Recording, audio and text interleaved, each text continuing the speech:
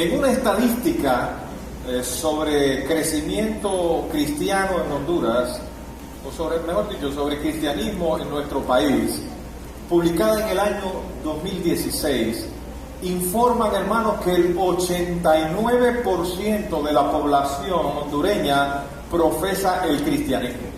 90% aproximadamente, hermanos, de la población hondureña es cristiana. Si consideramos cristianos a todos aquellos que profesan de labios ser seguidores de Cristo, podemos decir que en realidad esas cifras o esas estadísticas son confiables. Podemos darles ese voto de confiabilidad, aunque sabemos que no es así, que hay mucho porcentaje de personas que dicen ser creyentes y realmente no lo son. Pero dejando de lado ese punto, hermano, que no es poco importante, es importante, pero obviando esa realidad, podemos considerar que nuestra población es mayoritariamente cristiana o tiene un conocimiento religioso. Solo basta dar un pequeño recorrido por nuestros barrios y vamos a encontrar, hermanos amados, una iglesia casi montada encima de la otra. Usted sabe que cada 2 o 3 cuadras podemos encontrar una iglesia. Y cada domingo, hermanos, a mediodía, son multitudes de personas que salen y se ven en la calle con Biblias en la mano, que van saliendo de sus congregaciones, de sus iglesias locales. Hay templos pequeños, templos grandes, mega iglesias, pequeñas iglesias, pero hay una cantidad importante de reuniones cristianas en nuestro país. Al mismo tiempo, vemos y notamos que nuestra sociedad es profundamente religiosa en otros perfiles de la vida social. Existe, por ejemplo, un alto porcentaje de escuelas que son escuelas evangélicas.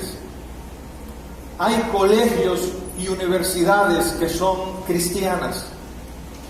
En las escuelas públicas incluso es permitido y se lee la Biblia. Se enseña, se predica inclusive en las escuelas públicas, se permite hablar libremente de Dios. Contamos incluso en nuestro país con numerosos seminarios teológicos, universidades que dedican su empeño puramente en enseñar temas religiosos. Incluso existen montones, hermanos, de radioemisoras y televisoras que transmiten temas cristianos a todo lo largo y ancho del país. Ahora, ante esa abrumadora realidad de la presencia del Evangelio, entre comillas, en nuestro país, nos viene una pregunta, nos salta una pregunta, y nos decimos, si vivimos en un país que promueve ser uno de los más cristianos del mundo entero, ¿por qué a su vez nuestro país ocupa los primeros lugares de las estadísticas respecto a violencia, pobreza, baja escolaridad, drogadicción, corrupción, etcétera? ¿Cómo es eso posible? De hecho, es notable el dato, hermanos, que las iglesias evangélicas protestantes hoy superan en gran medida a las iglesias católico-romanas de nuestro país. Eso es también interesante si consideramos en la historia cómo, hermanos amados, los países que abrazaron el Evangelio después de los años de oscuridad en que estaban sumergidos en la enseñanza católica, estos países, hermanos, tuvieron grandes progresos sociales y económicos. Tuvieron un inmenso desarrollo científico-técnico. Fueron naciones que resplandecieron, prosperaron en gran manera. Como ejemplo, Escocia, Alemania, Inglaterra, cunas de los movimientos protestantes reformadores del año 1517 en adelante. Estas naciones, hermanos, que abrazaron el Evangelio bíblico, empezaron a prosperar, y hermanos, y hoy mantienen uno de los más altos estándares de nivel de vida a nivel mundial. Fueron naciones que progresaron, prosperaron. No así, por ejemplo, España, una nación que quedó atrapada en el engaño del catolicismo romano, y hoy es un país, hermanos amados, que marca un evidente atraso cuando se compara con sus vecinos europeos. España hoy está sumergida en una crisis económica que se ha agravado intensamente a lo largo de los años y uno de los países con más dificultades de estabilidad financiera actualmente. Está realmente difícil la situación ahí. Sin embargo, no vemos esa expresión del desarrollo espiritual de nuestra nación reflejada en la realidad social que a nosotros nos rodea, a pesar de ser una nación que dice ser profundamente cristiana. Un país como el nuestro, que presume de ser mayoritariamente cristiano, ¿por qué vivimos en las peores condiciones socioeconómicas, culturales y aún espirituales de todo el globo terráqueo? Seguro que ya usted se está formulando una respuesta en su mente. Ya seguramente que usted está diciendo, la culpa es de esto. Seguramente en su lista ya está encabezando los gobiernos, los políticos corruptos, la pobreza, etcétera, etcétera. Y seguramente que está pensando en eso. Pero yo particularmente, hermanos amados, creo que el problema no radica en esas cosas seculares. El problema radica, hermanos amados, en el pecado que se ha enraizado en el corazón de la sociedad y sobre todo, hermanos amados, en que la iglesia, en un gran porcentaje de ella, ha dejado de ser luz y sal para la tierra. Mira, lo que usted va a escuchar hoy, hermanos amados, es duro. Y créanme, esto es una enseñanza para la iglesia. Y para mí no es agradable hablar de este tema porque son temas, hermanos, que ponen al descubierto nuestras debilidades. Pero debemos escuchar lo que el Señor nos dice en su palabra, porque Dios quiere que nosotros, hermanos, despertemos, que nos levantemos con una voz profética en la comunidad, en nuestra sociedad, hermanos, y defendamos el evangelio bíblico, lo cual está siendo altamente diluido en estos tiempos, hermanos, en no muy pocas iglesias. Creo que hemos dejado que la mentira traspase las filas de nuestras iglesias y la apostasía bíblica se ha entronizado en la mayoría de los púlpitos cristianos de hoy en día. Eso, hermanos amados, muchos creyentes lo ignoran. Muchos cristianos, hermanos, de verdad que ni siquiera piensan en eso. Guiados por líderes apóstatas, líderes que enseñan una doctrina que se aparta del evangelio puro, del evangelio bíblico, muchos cristianos se han apartado de ese evangelio, se han vuelto a las fábulas. Por tanto, lo que se está viendo hoy en muchas, por no decir la mayoría de las iglesias en Honduras, es un evangelio, hermanos, que no es compatible con el evangelio que se plantea en la palabra del Señor. Estamos viendo, hermanos, un cristianismo diluido, un cristianismo complaciente, un cristianismo hecho a la medida de los deseos y las pasiones del hombre, un cristianismo que cada vez más se aparta de la cruz de Cristo, se aparta más de la centralidad de nuestro Señor y se vuelve más a los deseos y las pasiones de los hombres. Hermanos amados, como veremos hoy,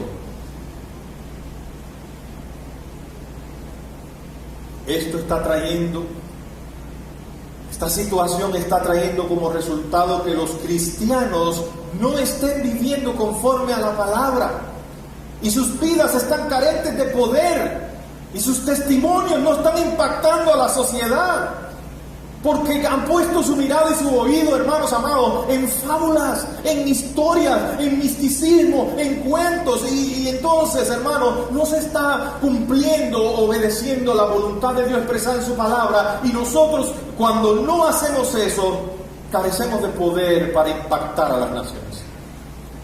Carecemos de poder, hermanos amados, para poder testificar y traer a las personas a los pies de Cristo. Y eso trae como consecuencia todas esas situaciones sociales, hermano. La iglesia empieza a retroceder y la iglesia está retrocediendo. Vaya a la página, hay una página de la embajada, creo, de la embajada de los Estados Unidos, que hicieron un estudio de cómo progresa aquí el cristianismo, hermanos amados, y sabe que ha progresado en los últimos años en Honduras. No es el cristianismo, han progresado más el ateísmo y las religiones no cristianas. Las religiones no cristianas, hermanos, están ganando terreno.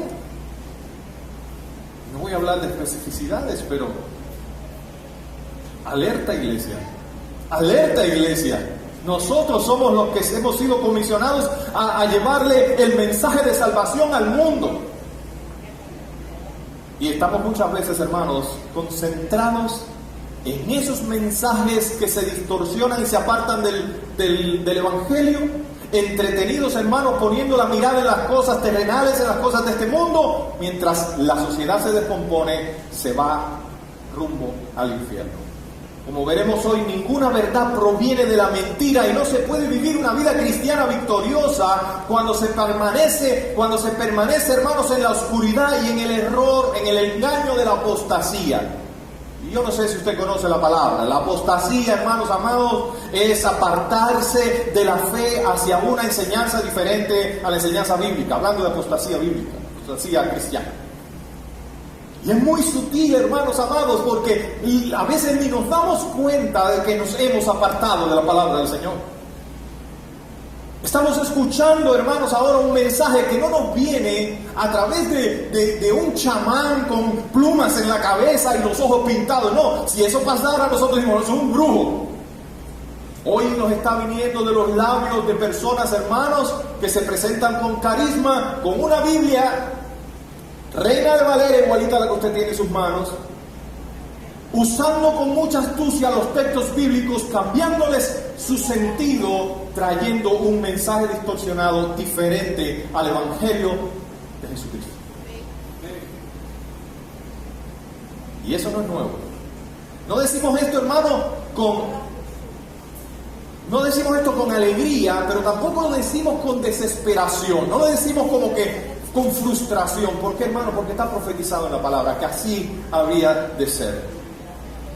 La palabra dice que en los postreros tiempos muchos, hermanos, se apartarán de la verdad, teniendo comezón de oír, teniendo deseos de oír cosas nuevas, apartarán sus oídos y se volverán a las fábulas.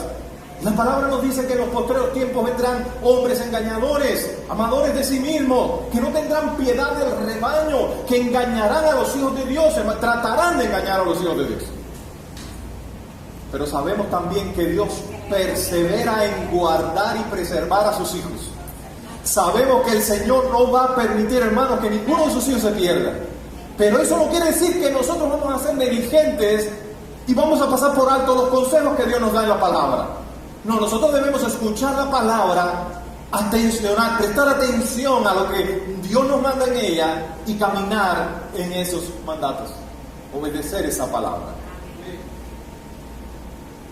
Para que nosotros hoy podamos, hermanos, considerar qué nos dice el Señor, para que podamos escapar, hermanos, del engaño que hoy está, hermano, sutilmente permeando la sana doctrina en tantas iglesias alrededor en nuestro país y alrededor del mundo. El Señor nos va a mostrar a través de su palabra, hermanos, nos va a continuar mostrando esas 4 cosas que debemos hacer para que nosotros no caigamos en ese error y en ese engaño. Y la palabra que vamos a considerar en esta mañana, hermanos, está en 1 de Juan, capítulo 2, verso del 20 al 27. Yo le invito a que vaya conmigo allí, abra sus Biblias, para que podamos mirar con atención lo que Dios nos dice a través de su palabra. 1 de Juan, capítulo 2, verso 20. Primera carta de Juan.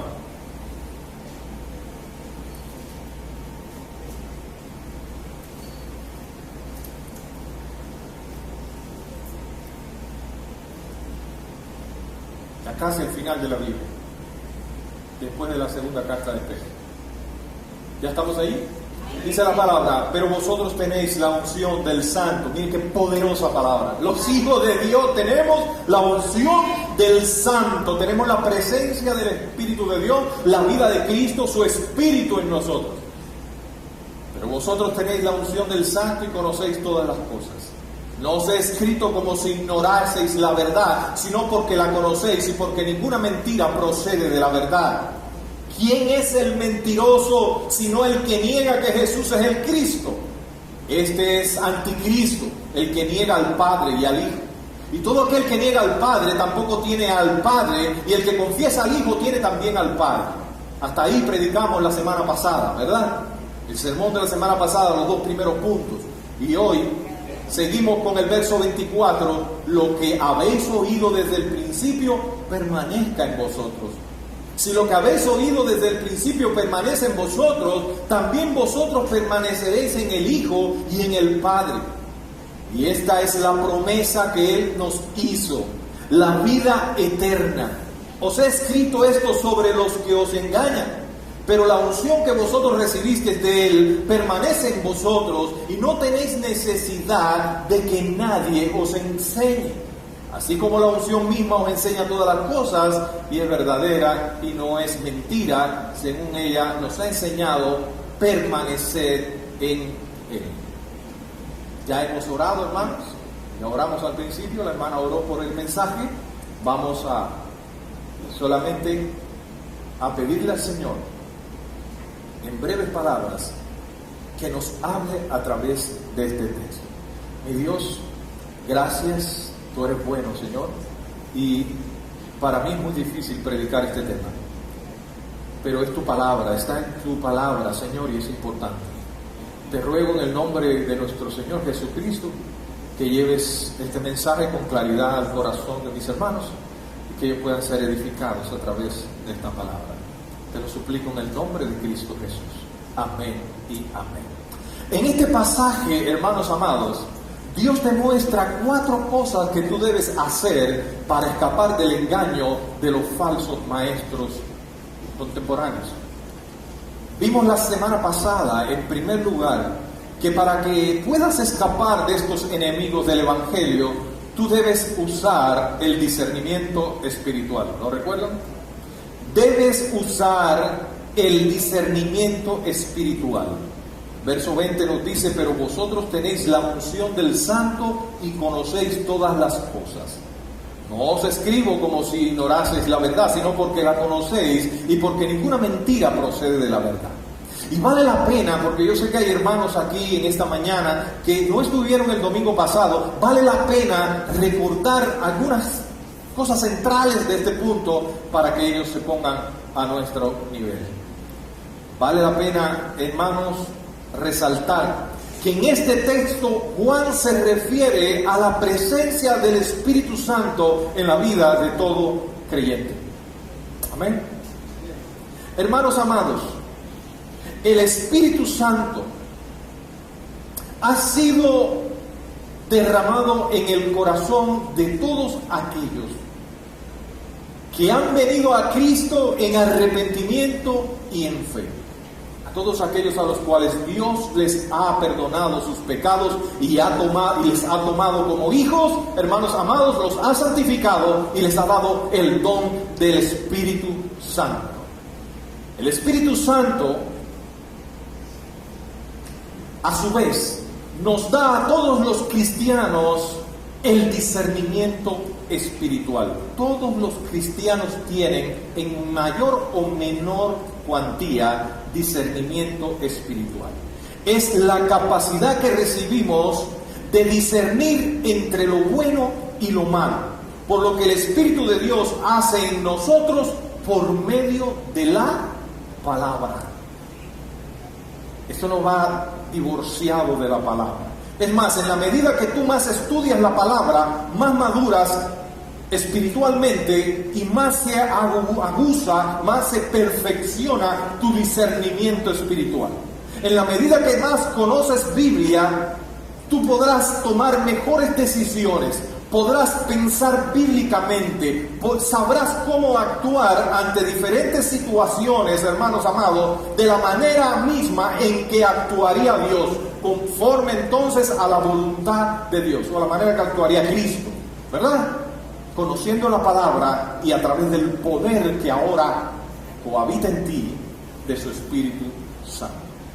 Podemos juzgar todas las cosas entonces, hermanos, de manera bíblica, comparando si algo está en orden con las Escrituras o algo se va más allá del límite de las Escrituras. Sobre todo, las enseñanzas que llegan hoy a nuestros oídos. Ahora, ¿qué pasa, hermanos? ¿Por qué muchos cristianos se paran delante de los televisores, delante de la radio y absorben todo y lo meten en su interior y hacen fortalezas en sus mentes con teologías que son falsas? Porque no han madurado en su discernimiento espiritual. Porque no pasan tiempo a solas con Dios, orando, estudiando la Biblia, preparándose, capacitándose, hermanos amados, para que puedan discernir entre lo bueno y lo malo. Ahora, hermanos amados, la palabra de Dios nos dice que ese don es solamente para los hijos de Dios. Una de las razones por las cuales a veces el pueblo supuestamente cristiano cae en esos errores, abraza esas doctrinas falsas y las personas, hermanos, son confundidas y llevadas por un camino diferente al Evangelio, es porque las personas no han nacido de nuevo. Ese es el peor problema. Tener, hermanos, ¿saben lo que está pasando en Honduras hoy? Iglesias repletas de personas que no son regeneradas, personas que no han nacido de nuevo, personas que no se han arrepentido de sus pecados, personas, hermanos, que quieren vivir una vida en conformidad con Dios y con el mundo. Y no puede una persona natural entender las cosas del Espíritu porque para ella serían locura. Y el problema está, hermanos, que la palabra, esto no está escrito en japonés, esto lo tenemos en lenguaje español. Y una persona con un coeficiente de inteligencia normal puede llegar, hermanos, y leer muchas cosas aquí y entenderlas. Entenderá cuando dice no maten, no adulteren. Así yo sé que dice que no debo matar, que no debo entender. Pero hay, hermanos, revelación en esta palabra. Hay principios en esta palabra que transforman el corazón del creyente, que fortalecen al creyente, que le indica al creyente, hermanos amados, cómo debe vivir para la gloria de Dios, que un hombre natural, carnal, no lo puede ver. No lo puede discernir. Y eso es lo que le decía Pablo a los creyentes de la iglesia de Corinto, hermanos, en 1 Corintios capítulo 2, verso 14. Pero el hombre natural no percibe las cosas del Espíritu de Dios, porque para él son locura y no las puede entender porque han de discernirse espiritualmente. Entonces el hombre natural no tiene discernimiento. Entonces, para tener discernimiento, para poder escapar de la mentira de los engañadores de este tiempo, lo primero que tú tienes que hacer es convertirte a Cristo. Y si ya tú crees que te convertiste a Cristo y estás en una iglesia, tienes que asegurarte de que estás en Cristo. ¿Cómo puedo hacer eso, pastor? ¿Cómo yo puedo saber que verdaderamente soy de Cristo? La Biblia dice, probaos a vosotros mismos para ver si estáis en la fe. Hermanos, la evidencia de que usted es un creyente verdadero es una vida transformada, es una vida cambiada. Yo sé que soy cristiano porque antes de ser cristiano yo odiaba la palabra, yo odiaba a Dios, odiaba a los que eran cristianos o simplemente los ignoraba. A mí no me interesaba leer la Biblia, a mí no me interesaba reunirme con personas que profesaban en mi fe. Esa era mi vida antes de Cristo y yo amaba el pecado y amaba permanecer en el pecado. Yo sé ahora que Cristo está en mí porque ahora yo amo su palabra. Porque a mí me gusta, me deleito cuando leo su palabra. A mí me gusta venir con mis hermanos a gozarme a la casa del Señor. Y cuando cometo pecado, porque los creyentes también caen, los creyentes también fracasan, fallan, cometen errores. Pero ¿sabe qué pasa? Los cristianos verdaderos no se quedan en el error. Los cristianos verdaderos no se quedan en el lodo, en el pantano. Los creyentes verdaderos, hermanos amados, no se complacen con el pecado. No viven en comunión con el pecado. No están ahí acariciando el pecado. Ay, es que somos débiles y no somos perfectos. Ese pecadillo ahí yo lo voy a mantener. No. El cristiano verdadero batalla contra ese pecado, lo presenta ante Dios, lo mortifica, ora a Dios y no se complace y sinceramente está buscando a Dios siempre para que le ayude a tener victoria sobre toda obra pecaminosa. Ay, hermanos, para que tú puedas tener discernimiento espiritual, tienes que ser creyente. ¿Y por qué muchas iglesias, incluso iglesias completas, caen en el error? Porque vinieron detrás de un evangelio que no era el de Cristo.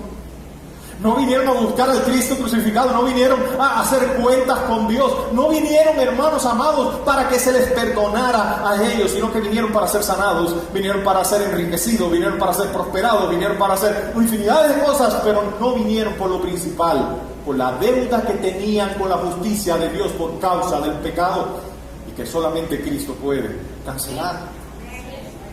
Sí, hermano, después usted ve un grupo de personas que canta bien, un grupo de personas, hermano, que danzan bien, que hacen cosas maravillosas. Y yo digo, wow, es increíble todo lo que hacen sin Dios. Pero viven mal. Sus vidas no tienen impacto. Sus familias están destruidas. Nadie los identifica como creyentes. Y cuando los vas a buscar ahí a su casa y preguntas en el barrio, oye, por aquí vive un cristiano, mira, él se congrega con nosotros en la iglesia. Y digo, ¿qué? No, hombre, que va a ser cristiano, ese hombre, sí. O sea, que maltrata a todo el mundo, esa mujer aquí pelea con toda la gente en la cuadra. Entonces vemos personas llenas, abarrotadas de las iglesias, pero cuando salen de las iglesias, sus vidas no representan a Cristo. No hay piedad en sus vidas. Entonces su testimonio no está alineado, hermano, con la fe que profesan. Y como su fe, hermano, la fe que ellos pregonan, que predican, no está alineada con su estilo de vida, nadie cree nada. No hay poder, no hay impacto. Entonces lo primero que tenemos que hacer, hermanos, es venir a Cristo, convertirnos al Evangelio. Seremos bendecidos con el Espíritu de Dios y tendremos ese discernimiento para que podamos escapar. Entonces no vamos a estar diciéndole aleluya, amén, yo lo recibo a cuanta herejía sale por ahí por la radio, por la televisión, incluso de los púlpitos de la iglesia. Dice, el pastor está exagerando. Probablemente usted está diciendo, el pastor es exagerado. Hermano, yo lloro por eso, sufro por eso. Y a veces llegan a decir, ¿será que yo estoy loco? Pero Dios me ha mostrado eso. Y cuando he hablado con personas, hermanos, que son personas maduras en la fe, me dicen, no, es la viva y cruda realidad que estamos enfrentando una época de un cristianismo sin Biblia. Sí, hermanos, estamos enfrentando una época de un cristianismo sin pasión por el estudio de la palabra. No, lo que queremos hoy es ver milagros, lo que queremos es, hermanos, ver manifestaciones sobrenaturales. Lo que vemos, hermanos, es ser prosperados, y la gente está metida en ese enfoque y se está olvidando de entender y comprender la voluntad justa y perfecta de Dios en su palabra, donde Él nos manda muchas veces incluso a sufrir por el Evangelio, a morir por el Evangelio. Y estamos pensando en el carro, en la casa y no sé cuántas cosas más. ¿Es malo que los hijos de Dios sean prosperados? No es malo. La Biblia habla de prosperidad y bendición para sus hijos. Sí, nuestro Dios es bueno, pero ese no es el fin del hombre. Ese no es el propósito por el cual tú estás en la tierra. Dios te trajo aquí para que le adores, para que le busques, para que le obedezcas, hermano amado. Teme a Jehová y obedece sus mandamientos. Ese es el fin del hombre, hermanos amados. Para eso fuimos creados, para adorarlo. Entonces vimos en segundo lugar, hermanos amados, también el domingo pasado, que para nosotros poder escapar de la mentira y del error de estos tiempos, debemos nosotros también apartarnos de esas personas que predican el error. Ahora, yo quiero decirles algo antes. Cuando nosotros reconocemos que hay una persona, cuando hay una iglesia, una persona, un hermano inclusive, que está enseñando, hermanos, algo que no es conforme a las Escrituras, lo primero que vamos a hacer no va a ser no, hermano, que tengo que apartarme de lo que, y lo va a desechar. Eso no es lo primero que usted va a hacer. Nosotros estamos llamados a hacer luz. Nosotros estamos llamados, hermanos, a corregir, exhortar en amor, en humildad y ayudar a estas personas a que se vuelvan de sus errores.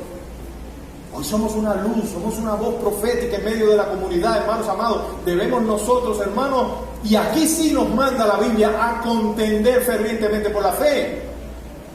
En ese sentido, sí, nosotros estamos llamados a hacerse volver del error a los que andan predicando un evangelio diferente. Ahora, ¿qué nos dice la palabra en el versículo 22? ¿Quién es el mentiroso? Sino el que niega que Jesús es el Cristo. Este es el anticristo, el que niega al Padre y al Hijo. Todo aquel que niega al Hijo tampoco tiene al Padre, y el que confiesa al Hijo tiene también al Padre. Hermanos, si vemos este texto así de primera, dice, bueno, ¿y qué tiene que ver eso con apartarse de los que predican un evangelio diferente? El texto en sí mismo nos da un mandato para eso, pero sí nos declara, hermanos, con nitidez cuáles son los aspectos de estos anticristos. Dicho sea de paso, estos anticristos es la manera que usa Juan para referirse a aquellos que predicaban un evangelio contrario a Cristo. No es lo mismo que el anticristo, como ese personaje, hermano, que está descrito en la Biblia, que ha de venir en el fin de los tiempos y va a querer suplantar el lugar de nuestro Señor. Eso es otro tema.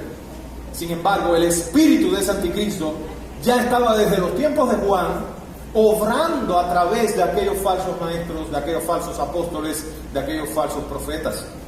Ya estaba obrando en aquel tiempo y ha seguido obrando, hermanos, incluso antes de Juan. Ya el apóstol Pablo, hermanos, estaba alertando a la iglesia sobre ese peligro.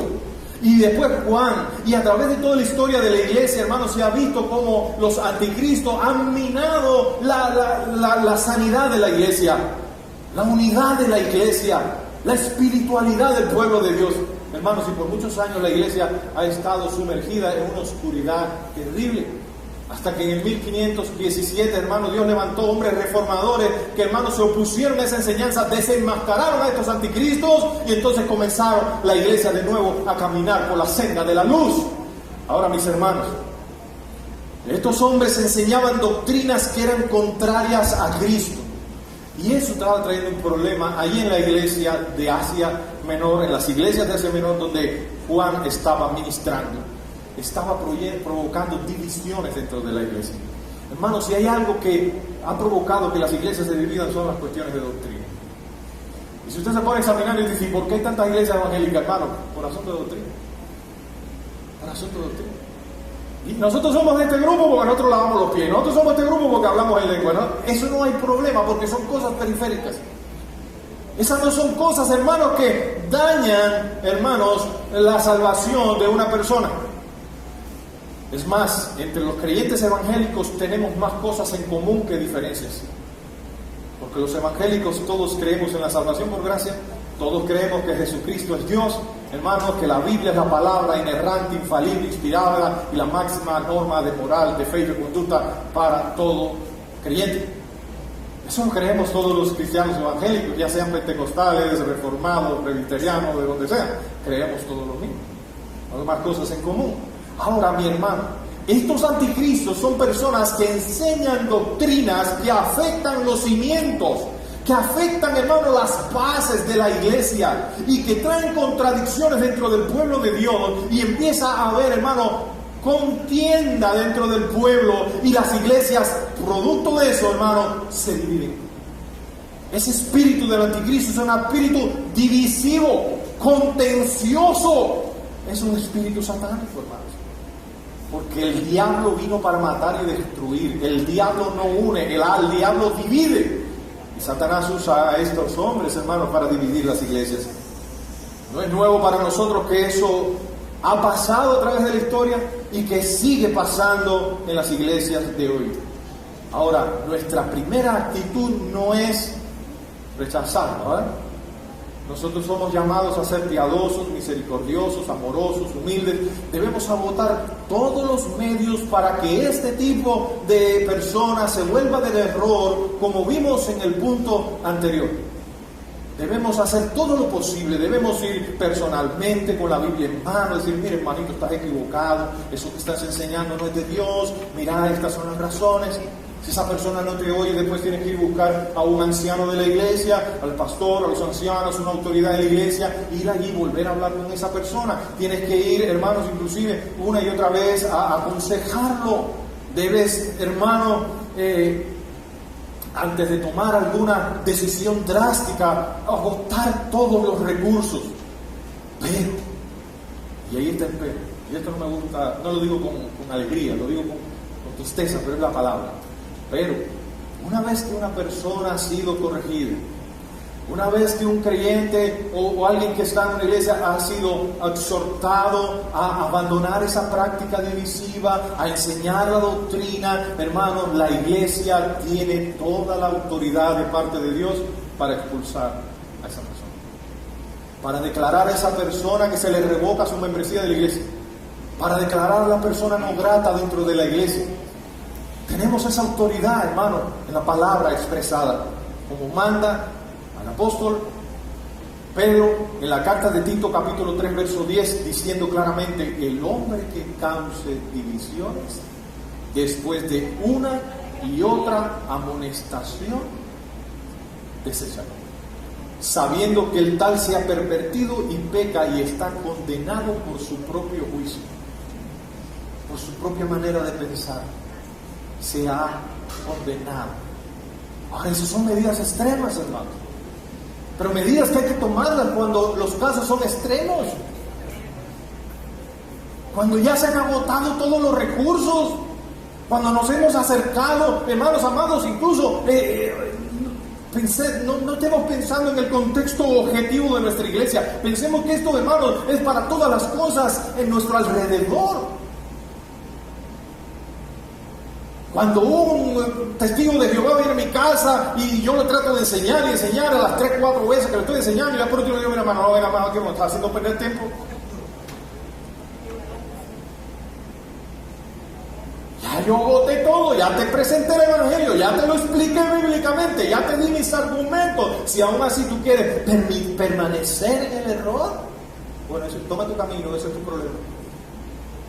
Entonces, nosotros como iglesia evangélica y reformada, hermanos, debemos defender nuestra unidad en la doctrina. Nosotros tenemos una enseñanza.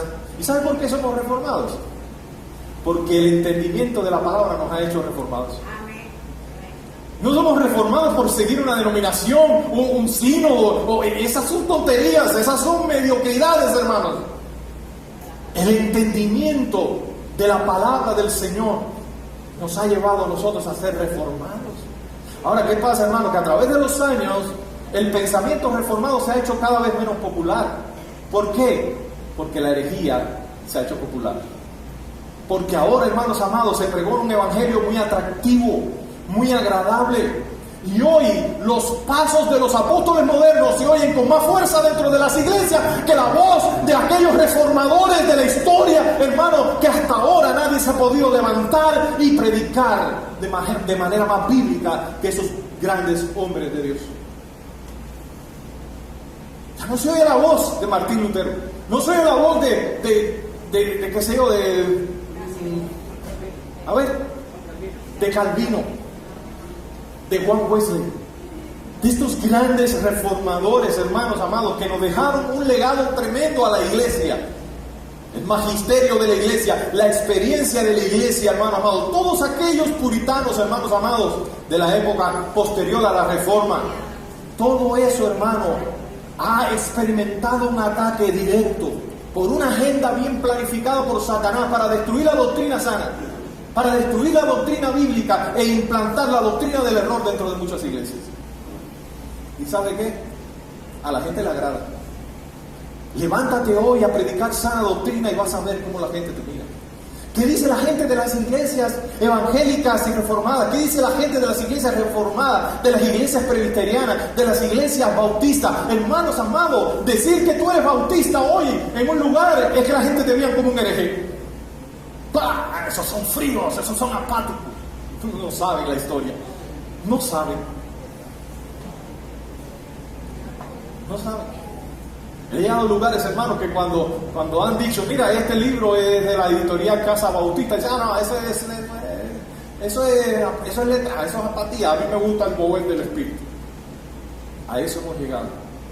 Que la sana doctrina, hermano, ahora parece mala y la mala parece sana. A lo malo le llaman bueno y a lo bueno le llaman malos. Pero no va a pasar así con nosotros, ¿verdad? Entonces, hermanos, eso nos lleva al tercer punto de este sermón. Estamos viendo 4 cosas que debe hacer usted, hermano, para escapar del engaño de los falsos maestros. Y en tercer lugar, para escapar de los enemigos del evangelio, tú debes aferrarte a la sana doctrina, hermanos amados. Es tu responsabilidad. Es responsabilidad de los pastores, es responsabilidad de los maestros enseñar bíblicamente en la iglesia, pero es tu responsabilidad como creyente, hermano, definir tu teología, tener una buena teología, una buena enseñanza bíblica, un buen conocimiento de los aspectos de la vida cristiana. Tú debes conocer quién es Dios, cómo es su carácter y cómo Él quiere que tú vivas. Esa es tu responsabilidad. Esa es tu responsabilidad. Pastor, aquí yo no necesito teología. Una vez estuve predicando en un lugar allá, en un lugar allá, para que no Sé que estos videos después se ven por algún lado.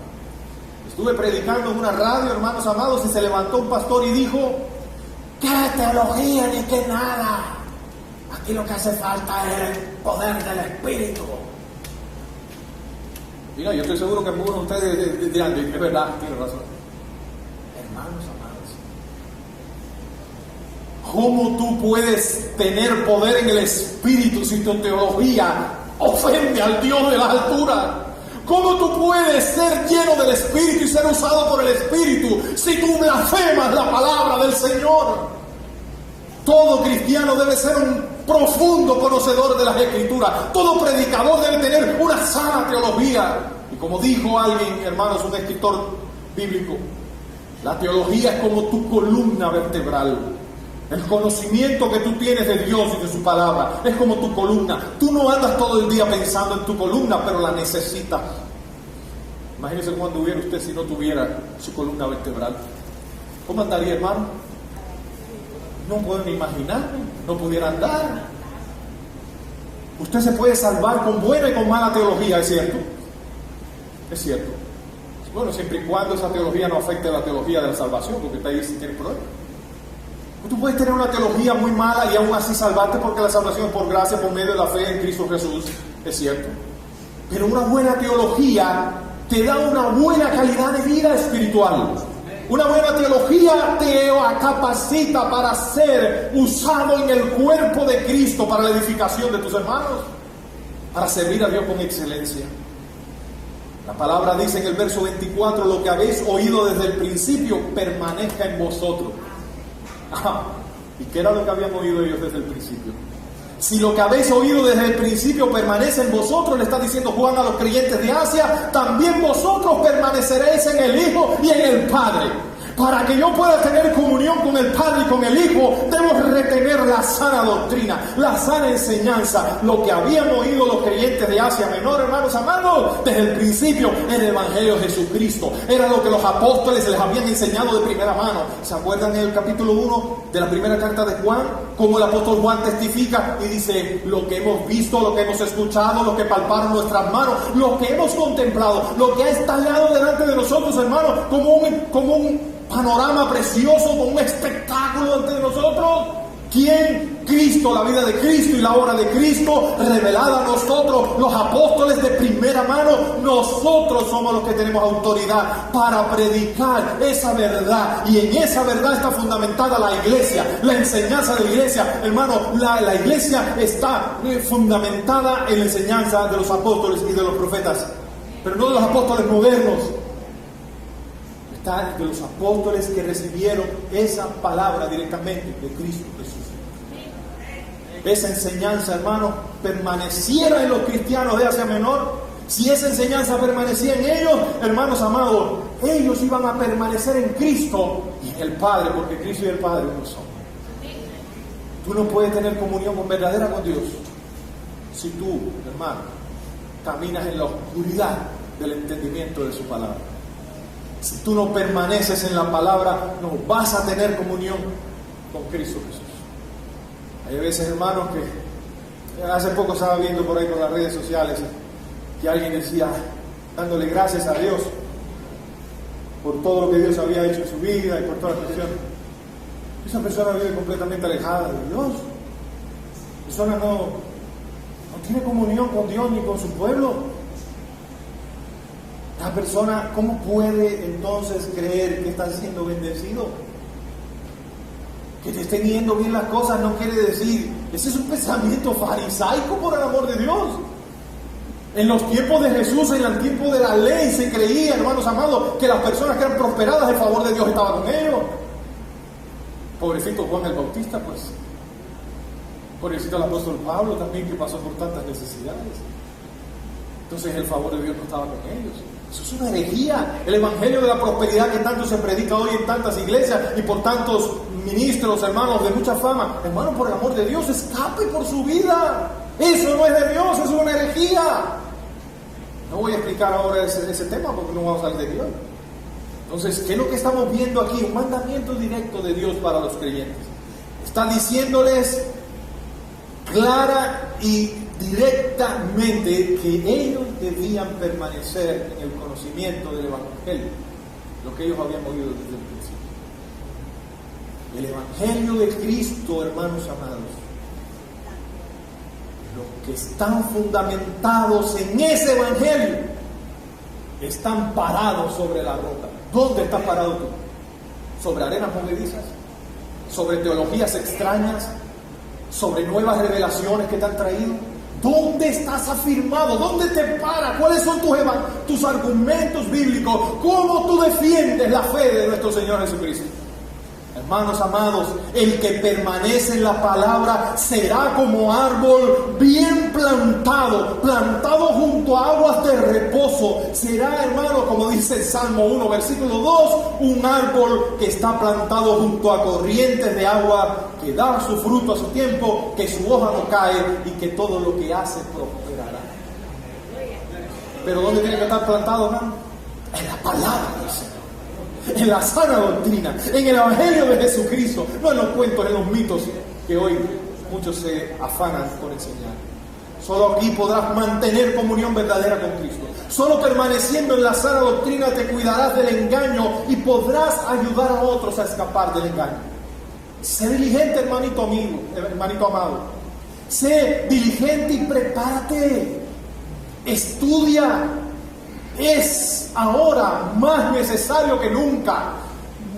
Redime el tiempo, no malgastes tiempo, tantas horas jugando, practicando deporte, mirando televisión. No tengo nada en contra del deporte, a mí me gusta practicar deporte, pero tú tienes, hermano, que ser sabio y debes balancear tu tiempo y darle prioridad a las cosas del reino de Dios. No todo es trabajo, no todo es deporte, no todo es Facebook, todo no es, hermanos, televisión. Hay que sacar tiempo de calidad para meterse en la palabra del Señor y estudiarla. No podemos despreciar la ayuda que Dios nos trae a través de otros ministerios de la iglesia. No podemos despreciar cuando el pastor está dando, o un líder de la iglesia está dando una enseñanza los domingos por la mañana. Hermano David aquí da enseñanzas bíblicas poderosas. Yo soy maravillado, encantado, fascinado por la manera en que el Señor lo usa para enseñar en nuestra iglesia. Pero saben, aquí no hay ni 20 personas por la mañana cuando nos enseñan. Es responsabilidad tuya prepararte, porque puedes caer en el error y en el engaño. Puedes prestar tu oído después a las mentiras que pregona el anticristo, los anticristos. Hay seminarios en la iglesia para capacitar líderes. Hay seminarios, hermanos amados, para predicar, para enseñanzas evangelísticas. Estamos continuamente ofreciéndole a la iglesia oportunidades para crecer. Asume el desafío, asume el reto. Ay, me paso muy ocupado. Lo más importante de tu vida es prepararte para tu encuentro con el Dios que te creó. Todo lo demás es secundario. Prioriza a Dios, primeramente el reino de Dios y su justicia, y todo lo demás vendrá por añadidura. No hay atajos, de eso no te puedes escapar. No hay manera alguna de tener comunión con Dios si estás alejado de su palabra. Toma en cuenta esto que Dios te está diciendo esta mañana, mi amado. Permanece en lo que has oído desde el principio, en el Evangelio que una vez te predicaron los hermanos. Esa vez que tú escuchaste a Cristo y caíste rendido a sus pies, que te predicaron a Cristo, el Rey de Reyes y Señor de Señores. Permanece en esa doctrina. Toma en cuenta eso. Cristo salvando a pecadores que se humillan y ponen su confianza en Él. Ese es el Evangelio. Cristo salvando a pecadores humildes y que ponen su confianza. Toma. Ay, es que en la iglesia de nosotros no pasa nada. Es que a mí me gusta estar en un lugar donde hay milagros. A mí también. Y de hecho yo creo en los milagros. Y cuando oro para que Dios haga un milagro. Pero sé que Dios es soberano y rey. Y saben, las señales no son las que me mueven. Yo no persigo señales. Las señales seguirán a los que creen en el nombre de Cristo. Yo estoy predicando aquí la palabra. Y si Dios quiere manifestarse de una manera específica, Él lo hace porque es todopoderoso. Es que ustedes no le dan libertad de espíritu. Eso es una mentira. ¿Acaso el Espíritu Santo alguien lo puede tener preso?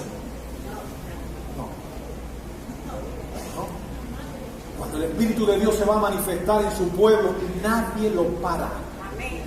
Porque Él es Dios todopoderoso y soberano. Alabado sea Cristo. Si estás en un lugar donde se predica cualquier otra cosa diferente, y tú dices, no, pastor, está en contra de los milagros. No, yo no estoy en contra de los milagros. Yo creo en todos los milagros. Aquí la Biblia habla de milagros. Pero ¿sabe una cosa? En una iglesia donde se hace énfasis en los milagros, Cristo es minimizado. Mi prioridad no son los milagros, mi prioridad es Cristo. Mi prioridad es conocer su palabra. Mi prioridad es conocer su voluntad y buscar el poder de su Espíritu para obedecerla. Y si en el camino Dios hace milagros, gloria a Dios. Y si no los hace, gloria a Dios. Y si me sana, gloria a Dios. Y si no me sana, gloria a Dios. Y si me contesta, gloria a Dios. Y si no me contesta, gloria a Dios. Porque yo camino por vista, yo camino por fe, hermanos amados. Camine por fe. Y permanezca en la sana doctrina. No se deje engañar. En último lugar, hermanos amados, el último punto, para que tú puedas escapar del engaño de los enemigos del Evangelio, toma fuerza en las promesas de Dios. Ya hemos visto que debemos tener discernimiento espiritual. Ya debemos apartarnos de aquellos que son enemigos de la cruz de Cristo. Ya entendemos que debemos permanecer en la sana doctrina. Pero también el Señor, ¿por qué es desgastante, hermano? Porque esta lucha no es contra sangre ni contra carne, es contra huestes espirituales de maldad. Hermano, la fricción, la guerra, la oposición es fuerte. Pero Dios está con nosotros. Y Él nos ha dado sus promesas. Y eso dice el Señor, permanece en mis promesas. Toma fuerza en lo que yo te he prometido, en mis garantías eternas. ¿Qué dice el texto en el versículo 25? Y esta es la promesa que Él nos hizo. Aleluya, tome en cuenta eso. Esa es la promesa que Cristo le hizo a los creyentes, hermanos, de todos los tiempos. Dice la palabra que esa promesa que Él nos hizo es la vida eterna. La vida eterna. Pero la unción, dice más adelante, que en vosotros recibiste de Él permanece en vosotros. Permanece en vosotros. La presencia del Espíritu Santo no es temporal en los creyentes. No es como en los tiempos del Antiguo Testamento, hermano, que incursionaba para ungir a los reyes, a los sacerdotes, o a los ministros, o a los profetas. No. Hoy, desde Pentecostés, el Espíritu de Dios ha derramado, hermano, en la iglesia. En la iglesia. Y la unción, dice Juan aquí, la unción que vosotros recibiste desde el principio, de Él permanece en vosotros. Y no tenéis necesidad que nadie os enseñe. Oh, un momento. ¿Qué tú estás diciendo ahí, Juan? Que los cristianos lo sabemos todo y que no necesitamos que nadie nos dé enseñanza. No es eso lo que dice él. Lo que dice ahí es que nosotros tenemos la revelación de Dios por medio de su palabra y que no tenemos que dejar que gente de afuera venga a enseñarnos cosas diferentes, incluso de adentro. Sabemos todas las cosas, porque usted no sabe nada de medicina, o no sé si habrá algún médico aquí. No, lo que usted sabe es lo que tiene que saber con respecto a Dios y respecto al Evangelio, y está aquí, reflejado en su palabra. Tenemos la mente de Cristo, tenemos el pensamiento de Cristo aquí en su palabra. Y usted puede abrazar ese pensamiento, hermano, y usted puede enraizarse y fortalecerse en ese pensamiento, y no necesita que nadie le venga a decir cosas diferentes. Va a estar atento. Y hermanos amados, la promesa que Dios nos ha dado nos fortalece para seguir en Cristo. ¿Cuál es la promesa? La vida eterna. ¿Y quiénes son los que tienen vida eterna, hermano? Los que permanecen en su palabra, que son los que han nacido de nuevo, aquellos que han sido, hermano, que han sido salvados por el poder regenerador y transformador de nuestro Señor a través de su Espíritu y de la palabra del Evangelio que han escuchado. Aquellos que se les ha perdonado sus pecados, hermanos amados, porque han venido arrepentidos a Cristo y en fe le han reconocido como su único y suficiente Salvador. A esos a los cuales Dios no les imputa pecado. A esos hermanos a los cuales Dios les ha imputado la justicia de su Hijo, porque en el intercambio que hizo el Señor, Él tomó sus pecados para dejarles a ellos su justicia. ¿Y quiénes son esos? Usted y yo, los que hemos confesado a Cristo como nuestro Salvador. Entonces, ¿qué nos está diciendo aquí? El Señor nos da dos promesas preciosas. Uno, la vida eterna que Dios nos ha dado. Esta es la promesa que Él nos hizo, la vida eterna. Y número 2, la seguridad de que el Espíritu Santo va a permanecer en nosotros hasta el fin. ¿Cuál es una evidencia de que usted es un hijo de Dios? ¿Cuál es una evidencia de que usted es un cristiano que tiene vida eterna? ¿Cuál es la evidencia, hermanos, de que usted, la muerte ya no se enseñorea más con usted? Una vida transformada, ¿verdad? Una vida transformada por el poder de su palabra. Los que perseveran en su palabra, los que permanecen en su palabra, los que permanecen en la sana doctrina, son los que tienen vida eterna. Los que andan enseñando cosas tóxicas por ahí, no. Los que vienen a decir que Cristo no es el Señor, que Cristo es un ángel, y empiezan a negar, y no solo ellos, sino los que lo hacen desde atrás de un púlpito con sutileza, poniendo nuestra mirada en los milagros, en las sanidades, en otras cosas, desviándonos de la gloria de Cristo. Esos también son anticristos. Nosotros predicamos de milagros, sí, pero eso lo predicamos como añadidura. Eso es inferior. Tú lo que necesitas no es un milagro, tú lo que necesitas es arreglar tus cuentas con Dios por causa del pecado que hay en tu vida. Tú lo que necesitas es venir a Cristo para recibir esa gracia inmerecida de la salvación. Y si Dios hace el milagro, gloria a Dios. Podemos decir que ese es el milagro más importante que tú necesitas en tu vida. Tu salvación. Tu salvación, iglesia. ¿Qué quiere decir eso? Que yo no puedo orar por una cosa. Si vamos a orar, y oramos por una. ¿Y cuántas veces no hemos orado aquí para que el Señor nos glorifique y haga algo maravilloso? Y Dios lo hace y lo sigue haciendo. Pero nosotros aquí predicamos a Cristo como el apóstol Pablo. Si una cosa he querido conocer entre vosotros, es a Cristo y a Cristo crucificado. Eso y solamente eso, hermanos amados. Cristo, una y otra vez. Cristo, Cristo y Cristo. Entonces, hermanos amados, si me siente desanimado, porque no es fácil, ¿verdad? Yo lo felicito a todos ustedes, miembros de la Iglesia Evangélica y Reformada de aquí del Chaparro.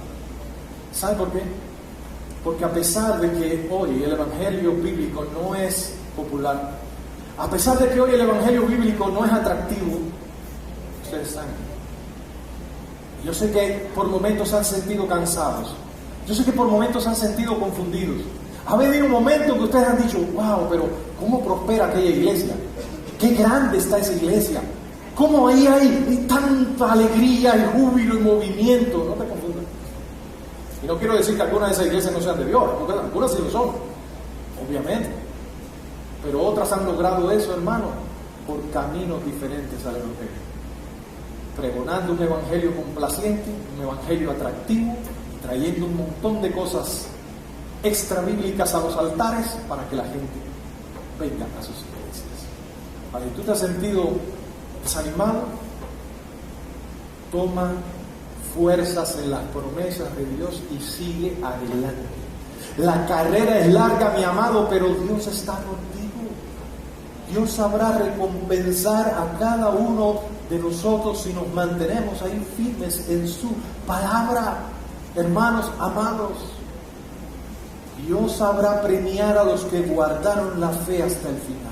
Los que corrieron con la mirada puesta en Cristo y en ninguna otra cosa más, sin desviarse del camino. Y recuerda el consejo de Pablo a Tito 2, capítulo 1. Pero tú habla como está de acuerdo, tú habla lo que está de acuerdo con la sana doctrina. Tú habla lo que está de acuerdo con la sana doctrina. Cobra ánimo en tu corazón, afírmate en las promesas de que eres un hijo de Dios y de que Él te ha dado vida eterna. Afírmate en eso. Si te ha dado vida eterna, hermano amado, si te ha dado la unción de su Espíritu, ¿cómo no te dará todas las demás cosas? Dios es bueno. ¿Cómo no cuidará de ti y del alimento espiritual que proveerá para tu crecimiento espiritual en la iglesia? Hermano, los que son de Dios, ninguno se va a perder. Pero una de las cosas que usa Dios para que ellos no se pierdan, extrayéndole hombres piadosos que le prediquen la sana palabra del Señor. El alimento espiritual no contaminado, la agua transparente y cristalina de la palabra del Señor. Y concluyo esta mañana diciéndoles, hermano, existen estas 4 cosas que Dios te ha enseñado para que tú puedas escapar del error, hermano. Hermano, queremos ser una iglesia prosperada. Queremos, hermanos, ganar muchas almas para el Señor. Queremos tener un lugar agradable, un lugar aquí donde las personas deseen estar, donde haya júbilo, donde nos gocemos juntos alabando al Señor. Pero nunca, hermanos amados, negociemos las verdades de la sana doctrina de la palabra del Señor. Nunca nos dejemos arrastrar por el engaño. Para que eso no ocurra, recuerda, usa el discernimiento espiritual. Para que eso no ocurra, mi querido hermano, aléjate de los que son engañadores. Si no quieren entender, si no quieren oír, si no quieren arrepentirse, si no quieren volverse a la sana doctrina, apártate de ellos. No sigas escuchándolos porque te puede confundir. Aléjate de ellos. Permanece tú en la sana doctrina de ese lugar. Y en último lugar, toma fuerza en las promesas que Dios te ha dado, sobre todo en la vida eterna que Él te garantiza para todos los que son verdaderamente sus hijos. Entonces, hermano, hoy más que nunca, abre bien tus ojos, no te dejes arrastrar por los engañadores, sé diligente en escudriñar las Escrituras, que el Espíritu Santo estará contigo hasta el final para guiarte y mostrarte todas las cosas. Que el Señor nos bendiga, que el Señor nos ayude. Les invito, hermanos, a orar. Pongámonos de pie y oremos al Señor para que podamos poner en práctica todo esto que el Señor nos ha enseñado.